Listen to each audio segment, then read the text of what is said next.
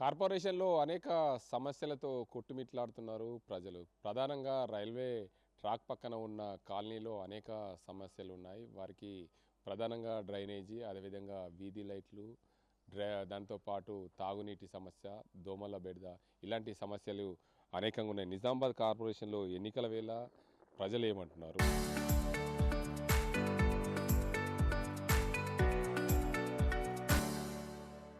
ప్రధానంగా సమస్యలపైన వారికి ఉన్న ఇబ్బందులు ఏంటి అనే అంశానికి సంబంధించి ఇక్కడ మహిళలు ఉన్నారు. వారు చెప్పండి అక్క, మీ కాలనీ 35వ డివిజన్ ఇది. డివిజన్లో అనేక సమస్యలు ఉన్నాయి. ప్రధానంగా డ్రైనేజీ, స్ట్రీట్ లైట్లు, తాగునీటి సమస్య, ఏమేమి సమస్యలు ఉన్నాయి? ప్రధానంగా అయితే ఇక్కడ దోమల సమస్య బాగున్నది. ఎన్ని రకాలుగా ఇంట్లో మనం ఆల్అవుట్లు పెట్టుకున్నా, ఎన్ని రకాల కిటికీలు తలుపులు బంద్ చేసుకున్నా దోమలు అయితే నిద్రపోనిస్తలేవు. ఎందుకంటే ఇది పారిశుద్ధ్యం వల్లనే జరుగుతుంది. పారిశుద్ధ్యం నీట్గా ఉంటే ముఖ్యంగా డ్రైనేజీలు ఎప్పటికప్పుడు క్లీన్ చేసుకుంటూ ఉంటేనే దోమల సమస్య తగ్గుతుంది. ఫాగింగ్ చేయడం అట్లాంటివి చేస్తేనే బాగుంటుంది. ఏదో సంవత్సరానికి ఒకసారి చేస్తే దోమల సమస్య తగ్గదు. డ్రైనేజీలు తీయకపోవడం వల్ల కూడా వాసన భరించలేకపోతున్నాం. అట్లాంటి సమస్యలు. ఇంకోటి ఏంటంటే వీధి కుక్కల సమస్య. అసలు నైట్ నిద్రపోనిస్తలేవు. ఇట్లాంటి సమస్యల వల్ల ప్రజలందరూ ఇబ్బందులు పడుతున్నారు. వీటిపై కార్పొరేషన్ అధికారులు ఎప్పటికప్పుడు దృష్టి పెట్టి వీటిని కుక్కల్ని దూరంగా పంపేయడం, ఏదో ఒక సొల్యూషన్ తీసుకుంటే బాగుంటుంది. ఇంకోటి ఏంటంటే చెత్త సమస్య కూడా. ప్రధాన రోడ్లలో చెత్త బాగుంటున్నది. చెత్త తీసుకెళ్తున్నారు వచ్చి బండి, కానీ మళ్ళీ ప్రధాన రోడ్లలో ఎక్కడ చూసినా కూడల్లో చెత్త అంతా జమ అయిపోతుంది. దానివల్ల కూడా ఈగలు, దోమలు బాగా పెరిగిపోతున్నాయి. డ్రైనేజీలు ఎప్పటికప్పుడు శుభ్రం చేస్తే, చెత్త ఎప్పటికప్పుడు ఎత్తుకేస్తేనే ఈ ఇందూరు శుభ్రతగా ఉంటుంది. లేకపోతే ఈ సమస్యలు ఇట్లాగే ఉండిపోతాయి. ఈ అధికారులు ప్రత్యేకంగా వీటిపై దృష్టి పెట్టాలని కోరుతూ ఉన్నాను. వీధి లైట్లు కూడా సమస్య ఉంది. పోయిందంటే లైట్ రాదు, వస్తే ఏదో ఒక దగ్గర వస్తున్నది. మిగతా చోట్ల మొత్తం చీకటి. నైట్ అయిందంటే మా ఇండ్ల ముందర లైట్లు ఉన్న దగ్గరనే వెలుగు, లేదంటే అంధకారం లెక్కనే కనబడుతున్నది. ఏదో మనం సిటీలో ఉన్నట్టు లేదు, ఏ పల్లెటూళ్ళలో ఉన్నట్టు ఉంటున్నది అన్నట్టు. ఇట్లాంటి సమస్యలు బాగున్నాయి. రోడ్ల సమస్య కూడా ఎట్లున్నదంటే ఒక రోడ్డు ఒక సైడ్ బాగున్నదంటే ఇంకో సైడ్ బాగాలేదు. ఇటు నుంచి పోయేటోళ్ళు అటు నుంచి వచ్చేటోళ్ళు ఏడ పడతారో, ఏ గుంతలో పడతారో తెలియదు. బండ్ల మీద వచ్చేటోళ్ళకైతే పెద్ద సమస్య ఇది. రోడ్లని ఎప్పటికప్పుడు బాగు చేస్తేనే బాగుంటాయి. లేదంటే పడి గాయాల పాలవుతారు. పడ్డోళ్ళకి ఇబ్బందులు. అది ఎవరు పట్టించుకునే పరిస్థితి లేదు. ప్రధానంగా రోడ్ల సమస్య పరిష్కరించాలి, డ్రైనేజీల సమస్య పరిష్కరించాలి. మున్సిపల్ ఎన్నికలు వచ్చినాయి. మీ డివిజన్లో ప్రధాన పార్టీలు అన్నీ కూడా పోటీ చేస్తున్నాయి. ఇటు కాంగ్రెస్, బీజేపీ, బీఆర్ఎస్, అదేవిధంగా ఇతర కమ్యూనిస్ట్ పార్టీలు కూడా పోటీ చేస్తున్న పరిస్థితి. అసలు ఈ పోటీ చేస్తున్నారు అందరూ నాయకులు ఓట్ల కోసం అడుగుతందుకు వస్తారు, కానీ ఈ ప్రాంతంలో పనిచేసే వారికి ఓట్లు వేస్తారా? ఏంటి సమస్య మీకు? ఏ డివిజన్లోనైనా పనిచేసే వాళ్ళకే ఎన్నుకోవాలి. నోట్లు ఇచ్చే వాళ్ళకి ఎన్నుకుంటే మనకు నోట్ల వర్తకే సరిపోతుంది. తర్వాత వాళ్ళ సమస్యల గురించి అడగలేము, వాళ్ళు పట్టించుకోలేరు.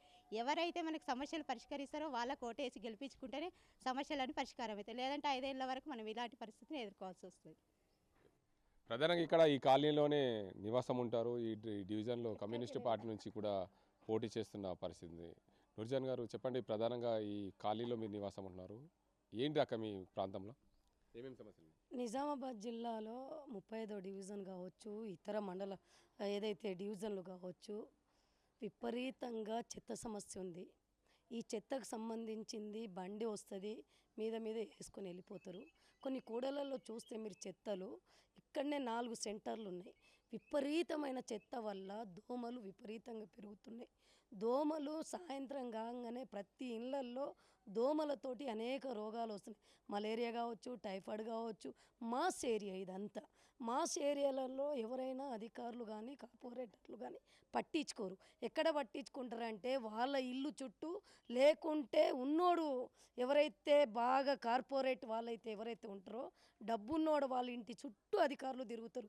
అక్కడ శుభ్రంగా ఉందా లేదా, అక్కడ మంచి నీళ్ళు వస్తున్నాయా లేదా, అక్కడ రోడ్ సమస్య ఉందా లేదా, ఇవన్నీ చూసుకుంటారు. కానీ మాస్ ఏరియా పేదవాళ్ళు బతికే బస్తీలలో మాత్రం ఈ రోజటి వరకు అనేక డ్రైనేజ్ సమస్యలు ఉన్నాయి, రోడ్ల సమస్యలు ఉన్నాయి.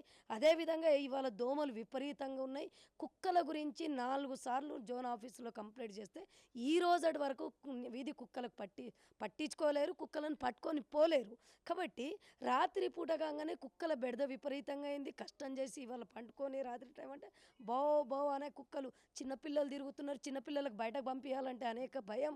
ఎందుకంటే ఎక్కడ కుక్కలు, వీధి కుక్కలు కరుస్తాయనే భయంతో భయాందోళనలు ఒకవైపు నుంచి బతుకుతూ ఉన్నారు. వైద్యం సరిగ్గా లేదు. ఇవాళ దోమల వల్ల, ఇవాళ మురికి కాలువల వల్ల కనీసం ఇబ్బంది అవుతూ ఉన్నది.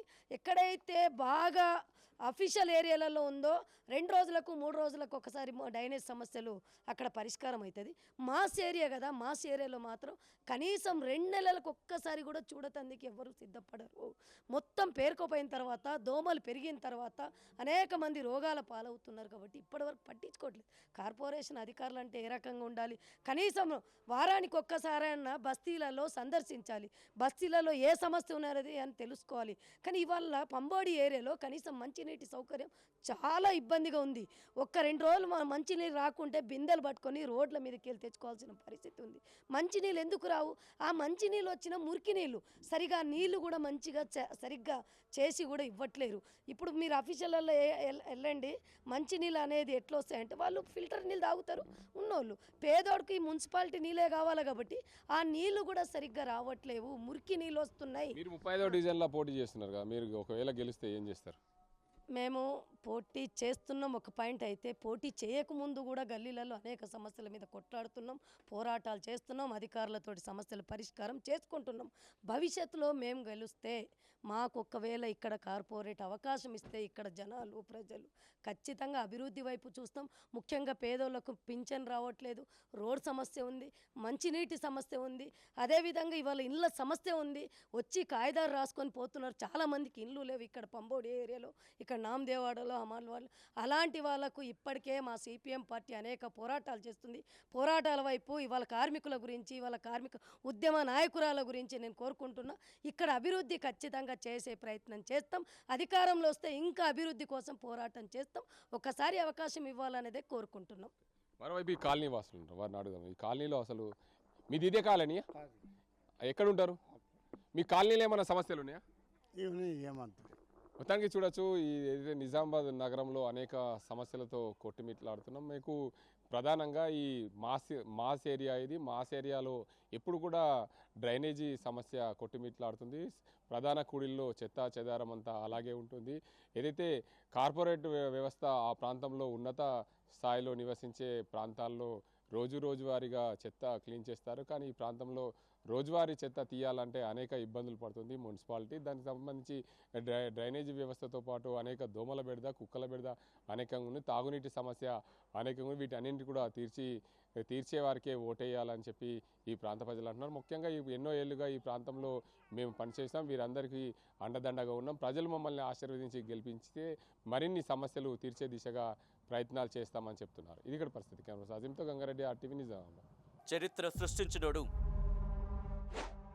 ఇప్పుడు ఆ చరిత్రని తిరగరాయబోతున్నాడు. అబద్ధాల గోడల్ని బద్దలు కొట్టి నిజాలను రాగా మీ ముందుంచబోతున్నాడు. నిజమైన వార్తల కోసం వెంటనే డౌన్లోడ్ చేసుకోండి రా యాప్ని.